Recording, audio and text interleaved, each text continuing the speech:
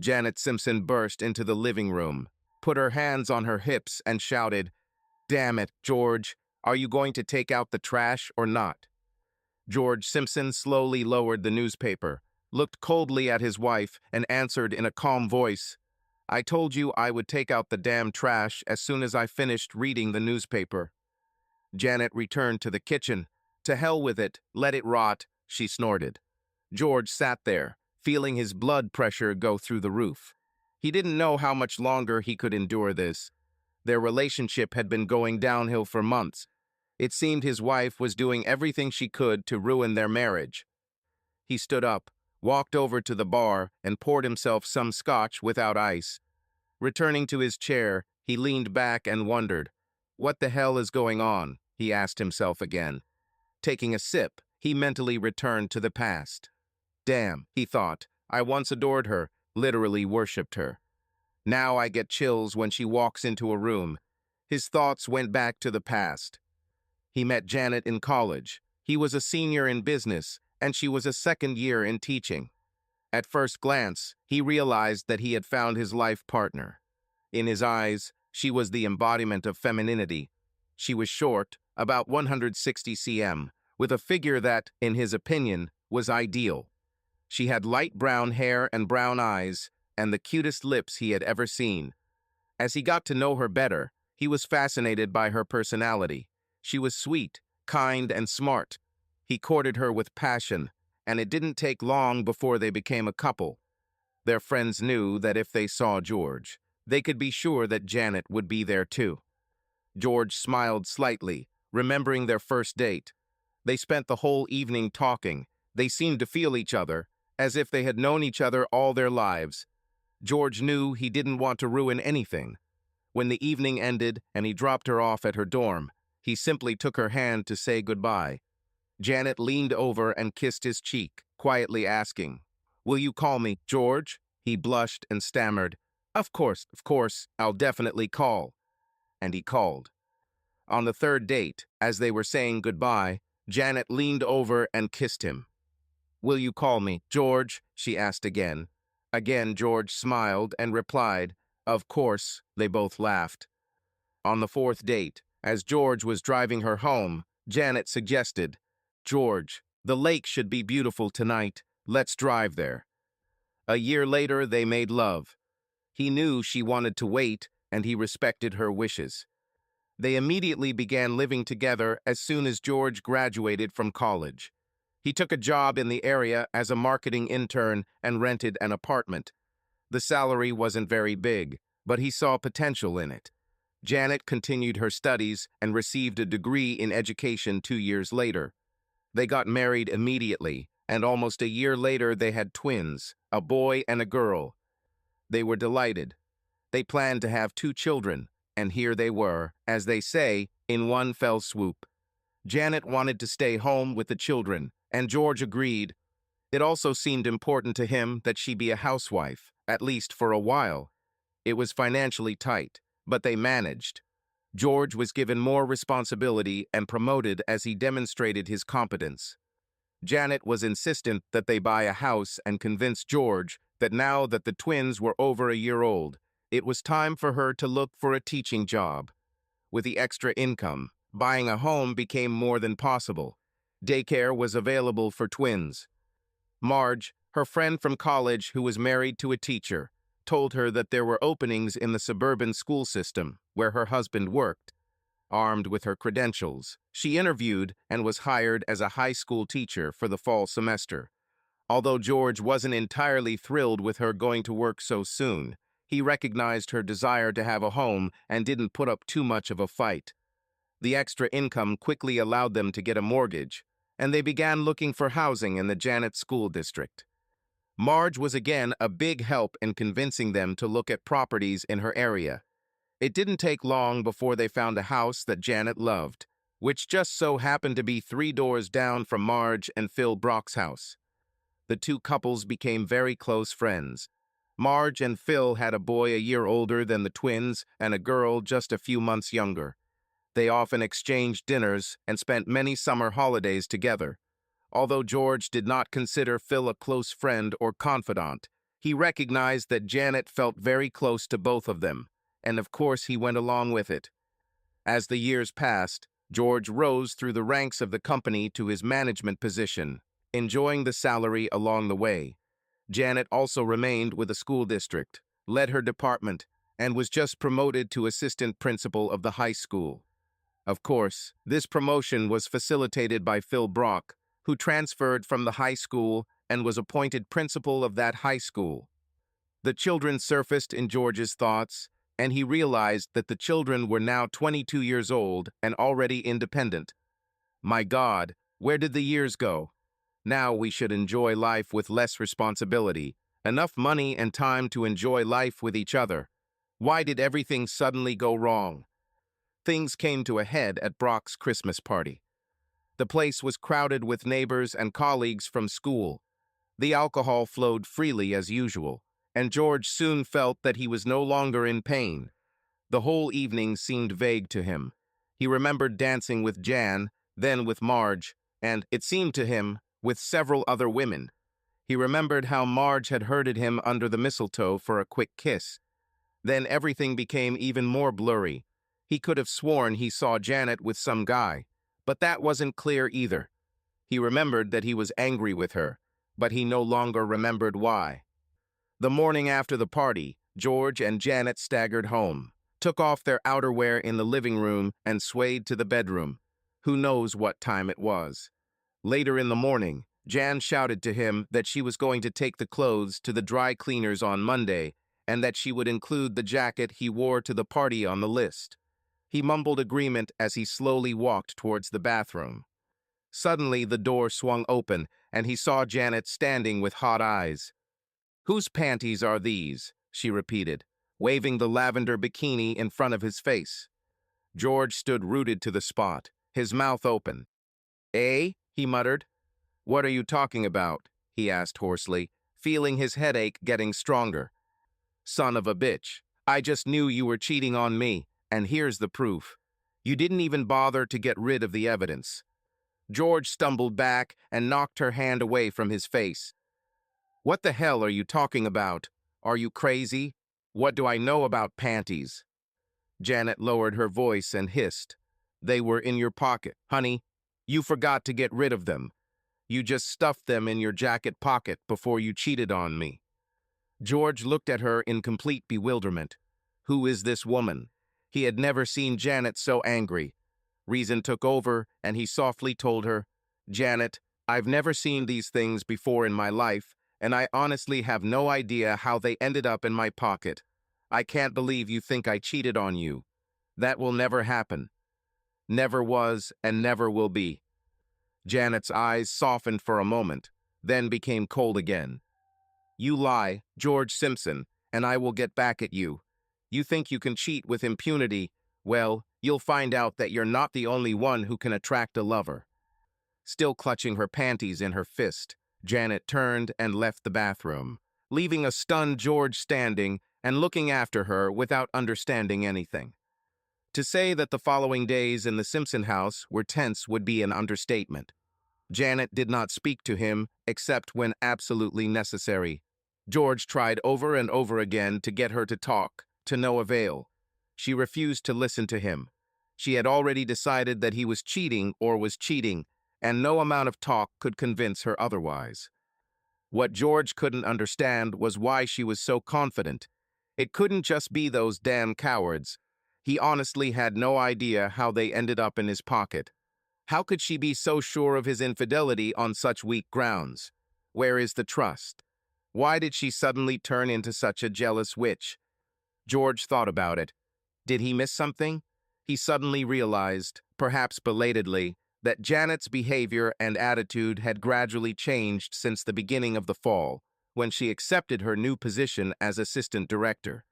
The changes were subtle and gradual, so gradual that he didn't notice. He now realized that it had started since the beginning of the school year. Janet seemed a little withdrawn, thoughtful, as if she had some things on her mind. Little by little, she became irritable and impatient with him. Little things drove her crazy. By the end of the year, she was almost a different person. At first, he chalked it up to stress from his new position. She now had more responsibility, more worries. But it had to be something more. Very gradually, a coolness arose between them. The small gestures of tenderness are gone. What happened to that sweet and patient disposition? He also realized that sex with Janet had become more than a rare occurrence. With some surprise, he admitted that they had not made love for over a month, or was it 2? It was always something like, the proverbial headache, I think my period is starting, I think my throat is starting to hurt, etc. He didn't make the lack of physical intimacy an issue. Given the growing gap, he realized with more than a little unease that he really didn't have much desire to make love to her. On New Year's Eve, Janet approached him. She stood in the doorway of the office where he was and said, "George, I've got your suit dry cleaned. We're going to the Salters' New Year's party tonight. Be ready by 8. With these words, she turned and left. George sat and looked after her. These were the first words from her all day. He really didn't think they would go anywhere tonight, much less to a party. He shook his head sadly, but knew he would go. He was too tired to argue. If she wanted to go to a party tonight, then fine. He felt a little strange. He really didn't think she would be in the mood for another party, considering what happened at the last one. Well, he thought, at least it's within walking distance. I won't have to worry about driving tonight. At exactly 20 they walked down the street to the house of Harry and Susan Salter. It was a big building. The Salters built an addition to the house and did many renovations. They also spent a ton of money building a huge suite of rooms in the basement, including a TV room, billiards room, sauna, and communal games area. Their house definitely had enough space for a party of that size. It seemed like the whole neighborhood was here. People were crowded throughout the house, from the kitchen to the family room and, of course, the basement. Janet walked away from him as soon as they entered the house, and George did not know where she had disappeared to. He had made a conscious decision to strictly limit his drinking. He wanted to be clear-headed tonight. He was soon deep in conversation with several men, sipping from a glass of whiskey. He swore that this would be his only drink for the entire night. Time passed, and he was surprised to hear everyone counting down to the new year. He looked around for Janet, but she was nowhere to be seen. The sight of all the couples kissing on New Year's Day made him sad. At that moment, he truly felt alone. He just didn't know what else could be done to save their marriage. George had had enough. He just wanted to go home and go to bed. This whole scene here depressed him. He started looking for Janet, but was unsuccessful. She was neither in the basement nor on the first floor.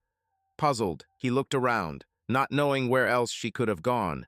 Perhaps she went to the bathroom. He went upstairs to find the hallway bathroom occupied.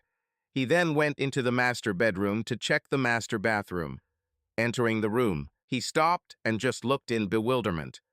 He saw her kisses with a guy. "You bitch," George hissed.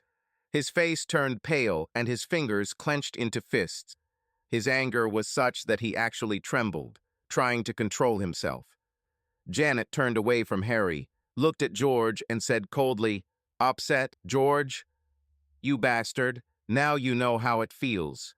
Don't like it, huh?" George turned around and left the room.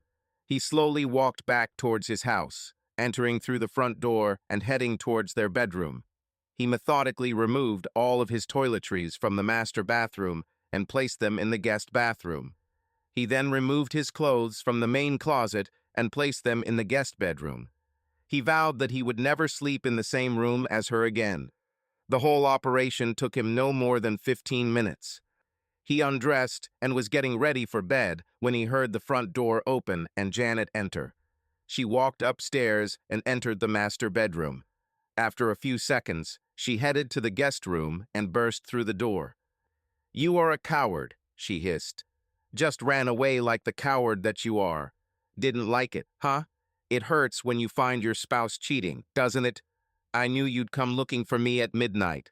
How did you like what you saw? You planned this, didn't you?" George said breathlessly. "You did this on purpose to hurt me, to humiliate me. You're completely crazy. You really need the services of a psychiatrist." He slowly approached her, and firmly pushed her into the corridor, whispering, "Get away from me. If you want a divorce, you will get it. I will not contest it. Contact your lawyer. I will accept any terms you offer. I'm tired of you. I've reached my limit." George then closed the door forcefully in her face and locked it. Phil Brock sat in his office, a satisfied smile playing on his lips. "Everything is turning out exactly as I knew it would," he thought. "I knew it would take time, slowly but surely. It couldn't be obvious. First a little clue, then later another little clue, slowly but surely." Phil knew last year that he would get the job he wanted. He applied, interviewed, and was offered the job of high school principal, a position he had coveted since learning that Fran Higgins, the previous principal, was retiring. He had the qualifications and experience. He was almost sure that the work was his. It was a good step up the career ladder with additional responsibility and a decent salary increase. There was another reason he wanted the position. What no one ever knew was that he had been lusting after Janet Simpson for years. It almost became an obsession. When he got the position he wanted, he began planning to seduce Janet Simpson. He knew he had to be extremely careful. Janet was not a fool. She was a shrewd and very smart woman. His first step was to convince her to apply for the position of assistant director. She had doubts when he first raised the issue with her. He convinced her that she definitely had the skills and experience for the job, and he would be happy to have her on his administrative team. She was flattered and applied. It was easy to guarantee her appointment. No one would challenge his decision on this issue. The first step has been completed. Now they will work together every day. The second phase will begin when she starts working at the beginning of the fall semester. But he had to be careful, very, very careful. At first, only small hints. While sitting eating a sandwich for lunch with Janet in the faculty cafeteria, he casually remarked, "Yesterday I had to go to the office building downtown, and I think I saw George going into Cyro's for lunch with a real hottie. Wow, he really has attractive clients. Lucky guy." Janet looked at him quizzically. "I don't think you've seen George, Phil. He told me last night that they ordered sandwiches because they were too busy to go out for lunch." "Oh, I guess I was wrong, Jan. It was probably just someone who looked like him. My attention was more focused on that pattern on his arm," Phil laughed. The following week, Phil learned that George had been called back to the office that evening due to some urgent issue. He didn't return home until 11 p.m.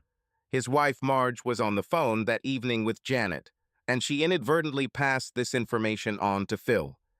The next day, again during a quick lunch they're having together, Phil comments, almost in passing, to Janet, "You know, that guy I said George looked like? What a coincidence. But I swear I saw that guy coming out of the main Hilton Hotel. It was pretty dark, so I couldn't see very well. But you can tell George that he has a doppelganger that's wandering around town." Phil then quickly changed the subject, but noted the line of concern on Janet's face. It took months, but he could notice certain changes in Janet. Her carefree, sunny, and open spirit seemed to be fading away. She was often a little moody and brooding. Small wrinkles appeared between her eyebrows. He didn't press. He had to be very careful. It was in December that he was able to introduce the next phase. It was a couple of weeks or so before Christmas break when Janet walked into Phil Brock's office. "Phil, do you have a minute?" she asked. "Of course, Jan. I will always find time for you. Please have a seat." Janet looked nervous and unsure. She held a handkerchief in her hands, which she nervously twisted. Looking up at Phil, she said quietly, "Phil, I'm pretty sure George is cheating on me. I really don't know what to do. I'm afraid to confront him because I have no real proof. I really need some advice." Careful, careful, he thought to himself. Slowly, slowly, he reminded himself, pulling Janet into the chair next to him. Taking her hand in his, he said quietly, "I know, Jayan. I've suspected it for a while now, but I really didn't know if I should even bring it up with you. What should I do, Phil? I love him, I don't want to lose him, but I can't come to terms with this." she said with tears in her eyes. Stroking her hand, Phil looked at her seriously. Don't do anything now, Janet.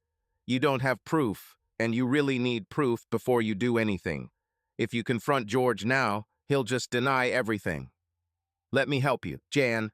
I know someone who can help. Let me work on this for a while. How can I continue to live like this? Phil, it's tearing me apart. George knows what I suspect. Things are really tense between us, Janet whispered.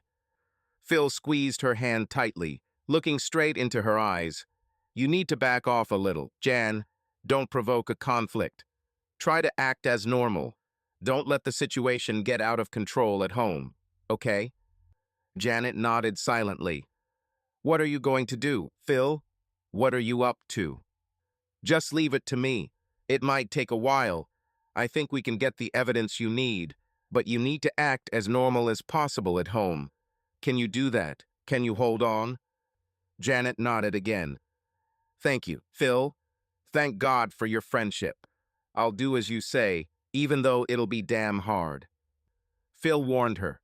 Don't say a word to anyone, Jan, not even Marge. I trust her, of course, but this is a very delicate situation. This should remain just between us. Rest assured, everything will be resolved one way or another. With these words, Phil walked Janet to the door of his office. Closing the door behind her, he leaned against the wall and laughed quietly. Oh, yes, he thought. Oh, yes. I'll be sleeping with her long before she knows. Quickly going to his desk, he picked up the phone and dialed a number. Teddy, this is Phil Brock. I have another little photo retouching job to do. Hey, Phil, Teddy Delgado laughed. Teddy was one of the best photographic technicians in the East. He could take photographs, digitally process them, and show you a realistic image of Abraham Lincoln having dinner with Harry Truman, and you would believe it because it looked real. Another hot case, Phil, Teddy continued. The last time I did this for you was, what? 3 years ago? You never told me how it went. Everything went well, Teddy. You know you do a great job, and you charge good money for it, Phil muttered. Teddy laughed. If you want better, you gotta pay. Phil, you pay pennies, you get monkeys, you know that. Okay, what's on your mind? Same crap, Teddy. I'll give you pictures of the guy, as many as I can and as varied as possible. I know your instructions. Also, pictures of some naked woman. You put them together like last time. Okay, Phil, no problem. Just this time I won't be able to take on it right away. I'm swamped with a huge project. I won't be able to start your work until early next year. Can you wait that long? Phil thought for a moment. Yeah, that shouldn't be a problem. In the meantime, I'll send you some basic photos as soon as I can. They ended the call and Phil sat back and thought about his next steps. First, he needed pictures of George Simpson, preferably nude or semi-nude. This shouldn't have been a problem. He knew that George went to the fitness center at the club every other day, where he worked out and then took a shower. He will be there as if by chance. He should have been able to take some pictures. Thank God for his cell phone camera. Now about the naked woman. The last time he used a woman of easy virtue, but since the police chief began to actively clean up the area, she was no longer a likely option.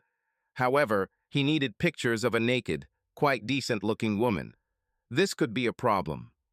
Phil's eyes suddenly widened as an idea popped into his head, and he burst out laughing. Great, he thought. Just wonderful. Marge will help me get Janet into bed, and she won't even know it. Phil Brock left school early that day. He knew Marge would be home later. Entering his bedroom, he placed the camera on a book in the closet opposite the bed. He used a wide-angle lens and made sure a new card was loaded into the camera. He then set the timer to take a frame every 30 seconds. It will start the timer when appropriate. He stepped back and laughed. Damn, I'm so fucking brilliant. Phil made himself a drink, sat down in a chair, and turned on the news on TV. A little later, his wife entered the house. Marge, glad you're back. Don't worry about dinner, I'll treat you. You deserve good food cooked by someone else, Phil said with a smile. Marge stopped and looked at him in surprise. You're kidding, right? What's the reason? No special occasion, darling. I just want to show my gratitude for everything you do for me, Phil flattered, smiling. After dinner, Phil helped her up the stairs to her bedroom. That evening, he was able to get the photos he needed. The next day, New Year's Day, Janet was sitting alone in the kitchen. George left early. No one knows where. She heard him leave the house early in the morning, but did not leave the room until she was sure that he had left. She really couldn't face him. Her emotions were agitated. A mixture of anger, pain, jealousy, fear, and shame flooded her thoughts. Perhaps George is right, she thought. I could really use a good psychiatrist, or at least a good divorce lawyer. It seemed pretty obvious that their marriage was over, and as far as she could tell, she just couldn't think of a reason for it. Why did George do this? She cried again and poured herself a cup of coffee again. The next morning, Janet was called into Phil Brock's office. When she walked in, Phil noticed what everyone was talking about, Janet Simpson's appearance. She was emaciated and pale. It was obvious that she had lost weight and her clothes seemed a little too big for her. It was time to end the game. Janet, good to see you. Please have a seat.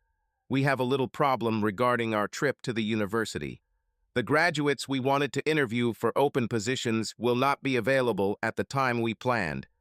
We will have to go on Friday and try to get as much done as possible on Friday and Saturday.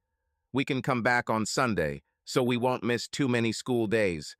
If you go on Friday morning, you can have everything ready by the time I get there early in the day. You shouldn't have any problems. Janet nodded silently. Phil looked at her nervously. Jean, you have to hold on. Look, I promise, when this trip is over, everything will be over. I think all our suspicions will be confirmed. Janet's eyes widened. What do you mean, Phil? Phil smiled at her reassuringly. My investigator called yesterday and said he'll have everything by Friday morning. I'll bring everything with me when I go. And no, Jan, I don't know what he has yet. We'll find out soon enough. Janet sighed and stood up. I hope it makes me feel better. I can't go on like this anymore. I'll really be glad when this is all over. Thanks again, Phil. I really appreciate all your support. Phil touched her arm as she walked towards the door. Don't thank me yet, Jan. We're not done yet, but I promise everything will be fine. Early that Friday morning, Janet Simpson was driving along the highway toward the university. She drove the car, sticking to the speed limit, almost mechanically. She was calm and collected, resigned to the information she was about to receive and resigned to the end of her marriage. She endured months of anxiety and emotional turmoil. She had nothing left but emptiness, a vacuum where love and trust used to be. Even the anger and bitterness disappeared. She arrived at her hotel, checked in, and then headed to campus. She went through the motions of setting up some interviews they were supposed to have later in the day. She tried to occupy her mind, not thinking about what Phil had, but knowing that the result would be what it should be. Later that day, Phil arrived, and upon seeing Janet, he stormily informed her that they would not talk about George, that he would talk to her after dinner. Janet saw that he was clearly very upset and was puzzled. He seemed to have heard news that upset him much more than George's supposed infidelity. She sighed and knew she would have to wait. Dinner that evening at the hotel with Phil passed almost silently. Phil seemed thoughtful and drank more wine than usual. He insisted that she join him in pouring her a glass, but she only took a sip from her glass, not wanting to get drunk. She felt that she would need all her mental faculties that evening. Phil, that's enough, Janet insisted. There's clearly something you want to tell me, things that upset you. We need to talk, and we need to do it now. Phil took a deep breath and replied, Yes, you're right, Jan. It's probably time. Come up to my room and I'll show you what I have. He stood up and, lowering his shoulders, led her out of the dining room. Entering his room, Phil sat her down on a chair, and he began to walk back and forth. Jan, he turned to her, I'm obviously very upset, but not just because of your torment. It looks like I'm in the same situation. With these words, he dumped a dozen photographs onto her lap. She picked them up and sobbed, tears appearing in her eyes. In front of her were pictures of George and Marge. She quickly looked away. The scenes before her were like acid to her soul. In an instant, she had the proof she needed but desperately didn't want. But Marge, she began to cry. One of my best friends. Why, Marge? She was sobbing. Looking at Phil, she saw him standing there with his head down, a look of complete defeat on his face. She suddenly understood how he felt, and her heart responded to him. She quickly stood up and hugged him, holding him in her arms. Oh my God, Phil, it must be devastating for you to find out so suddenly and without warning. She knew how he must feel, and her heart ached for him. Everything was coming together now. All the months of planning were now about to work out. He kissed her. Oh, Jenny, I really need you, Phil whispered to her. The sudden affectionate treatment caused Janet to start and wake up from her daze. Jenny was what George called her when they made love. She woke up from what was happening, what she was on the verge of doing, and placed her palms on Phil's chest. She gently pushed him away. Phil felt how she tensed and froze, instinctively understanding that the mood was spoiled and the temptation would not take place. Fury took hold of him, and he trembled with hot anger. All these months wasted, all for nothing. No, he screamed to himself, I'll kill her first. He fought to regain control, to suppress his irritation. If not Plan A, then I'll have to use Plan B, he thought desperately. I'm really sorry, Phil. I just can't. I hope you understand, Janet purred. Phil's toughness weakened as he accepted his new role. I understand, Janet. I'm really sorry that I lost control. I assure you that it won't happen again. Forgive me, he begged. Janet stroked his cheek affectionately. Of course, Phil. This is a shock for both of us. We both need to think about what to do. I suspect that my marriage is really over, she said with a quiver in her voice. Phil Brock turned and poured 2 glasses of whiskey from the minibar in his room. Turning to Janet, he said, Well, at least we can have a drink and maybe toast to our new position. You can at least have a drink with me, Jan, can't you, before you go? Sure, Phil, but just one, and then I better get going. It's getting late and I have some decisions to make. She sat back down and watched as Phil made himself comfortable on the bed. They drank the smooth whiskey slowly and wondered what Monday would bring. It didn't take long before the glass slipped from Janet's fingers and fell to the floor. Phil watched as she drifted off to sleep with satisfaction. The drug always worked. She was unconscious for several hours. He knelt in front of her and laughed quietly. One way or another, honey, we will have sex, and this will not be a one-time occurrence. Then he, too, felt dizzy and slowly collapsed next to Janet on the bed. His eyes rolled back into his head as he lost consciousness. The first rays of dawn were filtering through the curtains when Janet opened her eyes. Her head hurt and she felt nauseous. The strong need to urinate forced her to get out of bed and go to the bathroom. Sitting on the toilet, she realized that she was without clothes. She dried herself off, stood up and looked back into the room to see Phil Brock sprawled naked on the bed. She then turned around and vomited into the toilet. Her thoughts were incoherent and she couldn't remember what happened. Did I really sleep with Phil Brock? She asked herself in bewilderment. She quickly washed herself and, picking up her clothes from the floor, got dressed. As she was about to leave, she saw an envelope with photographs on the table. Picking it up, she left the room, quietly closing the door behind her. Rushing to her room, she quickly undressed and climbed into the shower. She rubbed herself vigorously, trying to wash away the imagined stench of her betrayal. Her thoughts were confused. It was difficult for her to think consistently, to remember the events of the past night. She just couldn't believe she actually slept with Phi. First of all, she didn't feel like she was having sex. She always felt the effects of the physical act down below her the next morning. This time, there was no such feeling. But the fact that they both slept naked means it obviously belonged to Phil. She shook her head in confusion. Secondly, she remembered that they were kissing, but she came to her senses and stopped it. She apologized to Phil and said she couldn't. What happened after that? She tried to remember. A drink, she remembered. We stopped kissing and drank. I remember it, but everything that happened after was emptiness. What happened after the drink? We both got drunk. Was I that drunk? Damn, I just don't remember. Another thought occurred to her, and she turned pale. Oh, my God.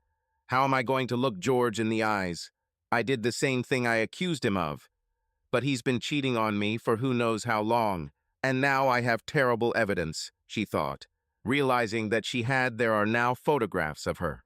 And I really don't think we actually had sex, at least I'm pretty sure of it. Oh, she moaned as she remembered the photos.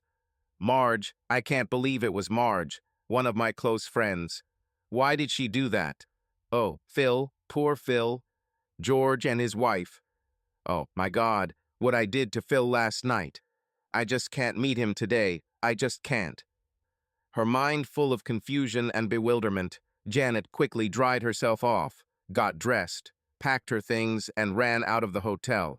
When she got to her car, she threw her bag in the back seat and then jumped behind the wheel and drove home. Driving along the highway, she again tried to make some sense of what was happening to her. Perhaps George is right. Perhaps I really need a psychiatrist, she thought. But he cheated. I knew it then, and now I have horrifying proof. He cheated on me with one of my best friends. How is this possible? Oh my God, what is happening to me? She sobbed as she drove. One thing I know for sure, Janet said out loud to herself. When I get home, George and I will sit down and talk it out. I'm absolutely not going to sit back and let this continue. I don't know how long this will last, but I'll tell George we're done. He wouldn't do that. If he really loved me, our marriage is obviously over. As she spoke these words, tears flowed down her cheeks. George Simpson sat with a newspaper on his lap. He found that he could not concentrate on the words. He acknowledged the dilemma he faced and accepted the likely outcome. It was obvious that his marriage was over, but he still hated the conclusion. He knew he loved Janet, not the Janet of the last few months, but the Janet he had married and grown old with. What happened to that woman? Suddenly, the door burst open, and his wife entered the room with a reddened and almost mad expression on her face.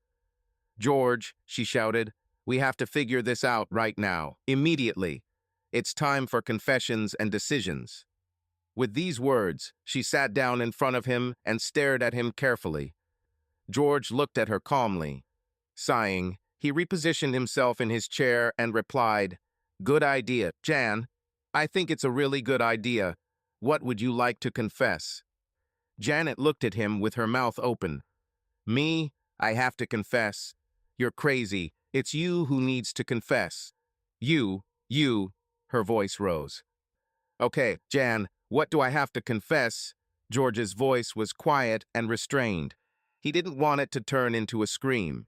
It looked like this little conversation would be the resolution he knew would come. At least she will be relatively calm. Janet pulled herself together. She won't lose control. She pulled the envelope containing the photographs from her purse and tossed it into George's lap. "Guess what, George? You don't have to admit anything. The evidence of your betrayal is now in your lap. No pun intended," she said, her voice tense with emotion. George wearily opened the envelope and took out the photographs. His jaw literally dropped when he saw what they depicted. An expression of complete amazement appeared on his face. He tried to speak and found that he could not formulate the words he was looking for. Janet was a little taken aback. She looked at George, surprised and more than a little surprised by his expression. She saw no guilt, shame, or embarrassment, only complete surprise and amazement. She didn't know what to think. He had to look guilty and repentant rather than stunned.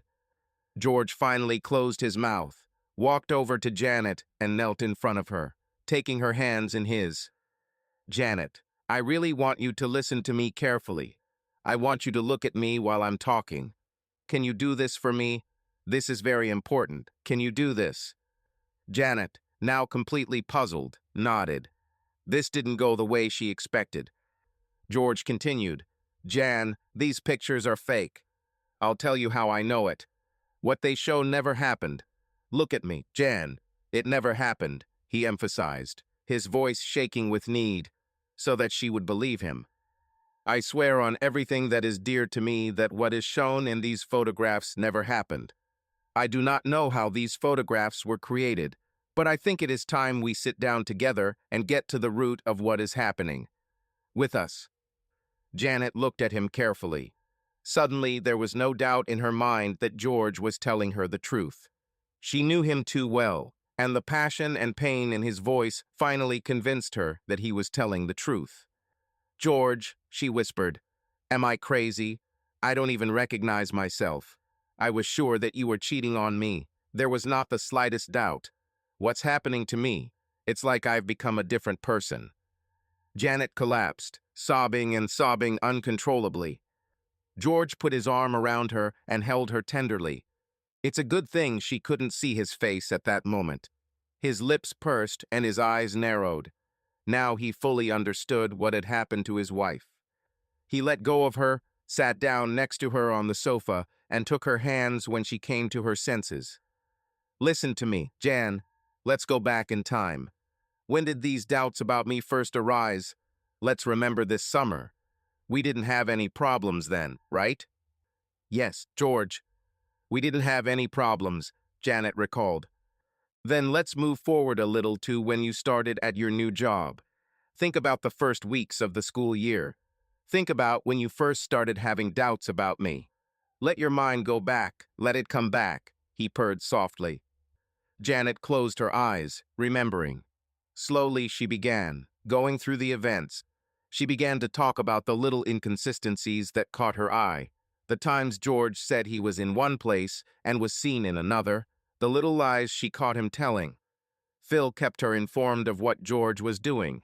He always seemed to know when George was lying to her. He always knew when George was somewhere else when he told her he was at work. Then everything came to a head last night. Last night, Phil showed her these photos. Oh, my God, George, she said tearfully. How can I tell you what happened last night? It's okay, Jan. Please trust me. Everything is really okay now, George reassured her. I believe everything will be fine now. Just tell me everything that happened last night. Janet recounted the events of the previous night, holding nothing back. The photos, the kiss as she stepped away from him, the last drink, and then waking up in the morning naked in Phil's bed. George, I woke up naked, but I swear I don't think he had sex with me. Do you know how I feel down there the next morning when we do this? I didn't feel it, not at all. Do you believe me, please? Janet begged. She suddenly turned pale. She felt her stomach flutter. George quickly took her to the toilet and held her while she tried to throw up. After a few moments of dry gagging, he led her into the bedroom and sat her on the edge of the bed. Honey, you've been through a lot. Let me get you some sleeping pills. You really need to get some sleep. Everything will be fine. Really, everything will be fine. With these words, he brought her water, pills, and helped her undress and lie under the blanket. It only took a few moments for her to fall into a deep sleep. Later that day, George quietly opened the bedroom door to check on Janet. Come in, George, she said calmly. I woke up and thought. George came in and sat on the edge of the bed. How are you feeling, dear? He asked. There was concern in his voice. I feel like a fool, George. I can't understand why I let that scoundrel do this to me. He was so cunning, so careful, that I didn't even notice what he was doing. I feel so funny, so stupid, so stupid. I'm so sorry for what I did to you. I don't know how you can forgive me. I can't even forgive myself. Janet's eyes filled with tears. George took her hand and tried to calm her down. Calm down, Jan. It's all over now. Our time in hell is over. We'll be fine. George, I know we'll be okay. But this isn't the end. I want this bastard to suffer because he made us suffer. He's an evil incarnate, and I'm sure I'm not his first victim. He needs to be stopped. And punish. Jan, he will be punished. I called Alan Marsden. He will come this evening. Janet turned pale. Chief of police? Why him, George? Wait, don't answer. It was a stupid question. Alan is a good friend. He knows what to do. That evening, Alan Marsden settled into a chair in the Simpsons' living room, listening to their story. Having finished the story, George handed him the photographs. If I didn't believe your story before, these photos definitely confirm what you told me, the chief commented. You understand, Giant, Brock is not done with you yet. From your description of his pursuit, he will now follow you on a different path. It seems that he is obsessed with you, and you need to be ready to take part in his downfall. It seems that we're dealing with a sex addict who needs to be stopped. Janet nodded. I understand that this is not the end, Alan. I will do whatever you recommend. I agree, he needs to be stopped. Okay, Alan continued. I have an idea that I want to explore. Janet, I'm pretty sure Brock will call you into his office on Monday morning. It's important that he doesn't know that you two talked to me about all of this. I'm also pretty sure that now his pursuit will take a different turn, and I think I know what it will be. Jan, remember, you didn't talk to me, and if he asks about George, tell him he's on a business trip and won't be back for a couple of days. I want him to think that everything remains the same in your tense relationship with your husband. He shouldn't know that George is aware of what's happening. Can you do this? Janet nodded again, but was puzzled. George interrupted. What are you up to, Alan? Can you share your plans with us? Sorry, guys, Alan replied. It's really best that you two just relax and let me do what I need to do. I promise, I know what I'm doing. But now, I think it's time for me to go. I'll take these photos with me. I want our lab to study them. They are fast, we'll find out how they were forged. Alan kissed Janet on the cheek, shook George's hand, and walked out the front door, leaving the couple to stare after him with worry written all over their faces. Later that evening, before going to bed, Janet turned to George and quietly asked, George, will you sleep with me tonight? Just hug me, nothing more? Of course, George replied, and they both smiled. Early Monday morning, as Alan Marsden had predicted, Janet was called into Phil Brock's office. Sitting down without any instructions, she simply looked at him. Phil seemed a little taken aback by her obvious antagonism. You left a little abruptly. Janet, he began. You were supposed to help me with interviews scheduled for Saturday. This kind of shirking of responsibility will not reflect well on your performance evaluation. Janet just continued to stare at him and then snapped. Stop talking nonsense, Phil. Now I am fully aware of your plan, and it is time to tell you that it is all over. You can forget about it. It's your fantasy that will never happen. Phil Brock grinned evilly at her. Don't be too sure, darling. I've got a bunch of new photos that I'm sure you won't want to show your hubby, or the school board for that matter. They won't look too nice. An administrator who uses a school trip for sexual fun and games. I don't think George would be too happy either. Or will you show him the photos that are taken from my room? Will everyone know about your hobbies?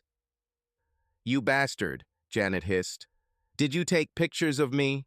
You idiot. These photos will show that I was unconscious and not to blame for what some idiot did to me. No, that's not true. Janet, they show what you need, he grinned. Photos always work if seduction doesn't work. I'm not your first, am I? Janet's eyes sparkled. You've done this before. I should have known. What, you think you're so special? Phil spat in her direction. Our schools are full of very beautiful women. I've been having fun the last few years. I must admit that you were the most interesting, but I had to play with you for quite a long time. The reward better be worth it, he chuckled. Janet gasped, suddenly remembering. Sue Trelawney, she guessed. Sue and her family left suddenly last year without saying goodbye or explaining the situation. She taught at the high school when you were there. She left because of you, didn't she? Janet sat in horror. Yes, yes, Phil waved his hand dismissively. She ran away from me, said she couldn't continue sleeping with me. Her marriage was more important than her job. In this case, seduction worked better than photographs, he laughed. Listen, Janet. His eyes became harder and his voice became deeper. Now it's time to talk about you. You know that the photos I have of you will ruin your life if they get out. Your career will end and so will your marriage. You will be the laughing stock of the whole neighborhood. They may even appear on the internet. Would you like it? You rotten bastard. You're going to blackmail me, Janet said with a disgusting tone in her voice. You'll never get away with this. Of course I will, and it's a little blackmail between friends, Phil chuckled. This is how it will be, otherwise I will ruin you. You will do everything every time I tell you. This is your future, at least for now.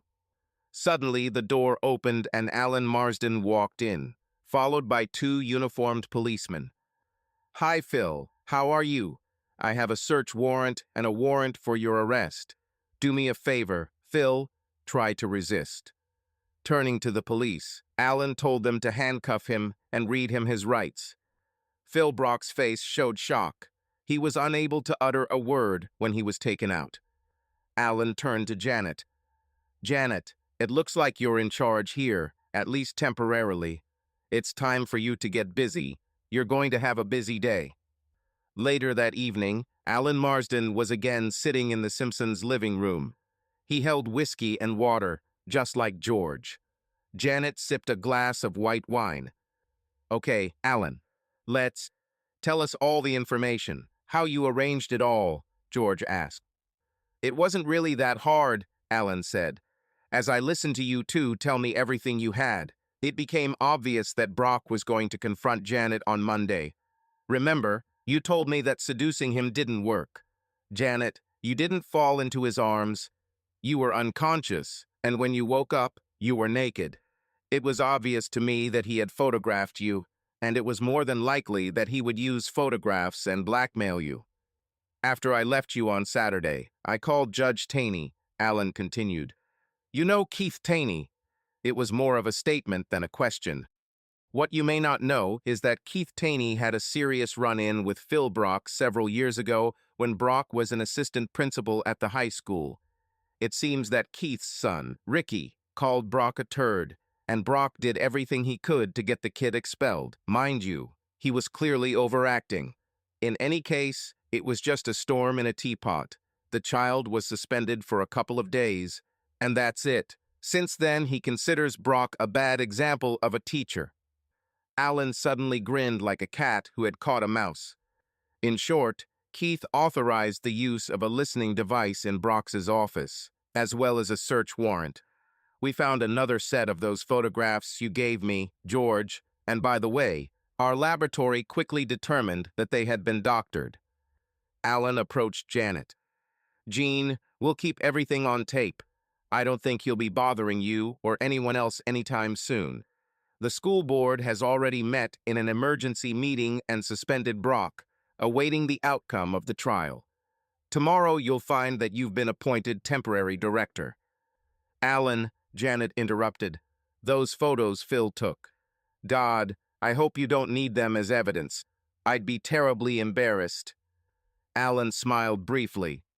It looks like these photos were accidentally damaged. Giant. No one knows how this happened, but that's okay. There are witnesses to their contents if necessary. Don't worry, Giant. These photos are destroyed forever. Alan stood up and placed his empty glass on the coffee table. That's it, guys. I really don't think you need to worry about Phil Brock. I suspect that Creep will regret getting involved with you too, and now I have to go home. George and Janet stood up and hugged Alan. Alan, we don't know how to thank you, George said in a choked voice. Damn, I need to thank you. I just love catching bastards like Brock, Alan said. Take care of each other. You are good people," and with these words he left. George and Janet Simpson stood and looked at each other. George said quietly, "Jan, it's late. Let's go to bed." Janet turned to him and kissed him tenderly. "Of course, George, of course." And they both smiled. Subscribe to our channel so that your second chaff doesn't cheat on you, and go ahead and listen to the next story, because this story is nothing compared to the next one. If you're under 18, don't even think about listening to the next one.